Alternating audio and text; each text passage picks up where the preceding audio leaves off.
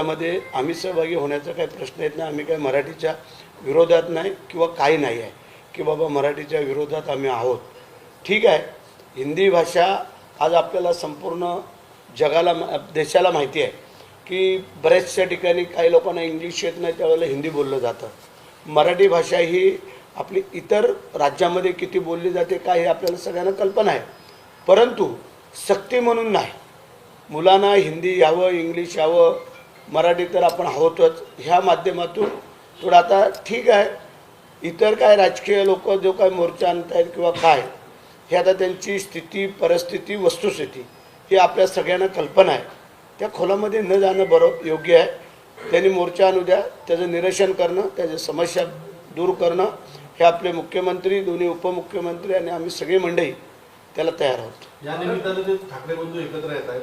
पुढे ठाकरे बंधू पुढच्या निवडणुका एकत्र येऊन लढवतील. तुम्हाला काय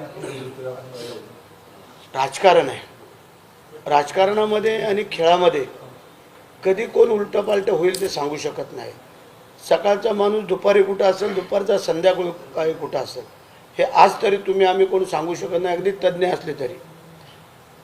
आणि मग त्या अनुषंगाने आज जर ते भाऊ एकत्र आले त्यामध्ये नवल नाही असं आम्हाला वाटतं. मला प्रश्न असा पडतो या सगळ्या गोष्टींमध्ये की अजित पवारांची जी भूमिका आहे ती महायुती म्हणून एकंदरीत वेगळी पडते. भाजप ऑलरेडी हा हिंदीबाबत त्यांचा त्यांनी निर्णय जाहीर केलेलाच आहे, पण शिवसेनेची गोष्टी होते का? कारण बाळासाहेबांच्या विचाराने जाताना ज्या सुरुवातीला बाळासाहेब मराठी माणसासाठी लढले तिथूनच शिवसेनेची स्थापना झाली. अशा वेळेला सत्तेवर शिवसेनेची गोची झाली आहे का? गोचीविची काय नाही. भारतीय जनता पार्टी आणि आम्ही शिवसेना, एकनाथ शिंदे हे जॉईंट आहेत आणि त्याच्यामध्ये आता 5वी पासून तर हिंदी आपल्याकडे आहेच, ह्यामध्ये काय दुमत असण्याचं कारण नाही. लोकांचं म्हणणं आहे, तज्ज्ञांचं म्हणणं आहे की ते पहिलीपासून नसावं, तर तशी काय चांगली बाब आहे. कारण 5वीच्या नंतर कंपल्सरी हिंदी तुम्हाला शिकवता येतच आणि ते तुम्हाला येतच, हे आपल्या काळापासून आपण सगळ्यांनी पाहिलेलं आहे. त्याच्यामुळे सक्ती म्हणून नाही, खुशी म्हणून काही गोष्टी असू शकतात, पण सक्ती आपलं शासन लादू शकत नाही. साहेब, याच अनुषंगाने की हिंदी सक्तीच्या विरोधात ठाकरे आणि मनसे एकत्र येईल आणि त्या पद्धतीने महाराष्ट्राच्या मनात जे आहे ते नक्की घडेल असं आदित्य ठाकरे म्हणतात. महाराष्ट्राच्या मनामध्ये किती लोकांचे आहे, 13 कोटी लोक जनतेचे आहे का हे पण तपासणं गरजेचं आहे.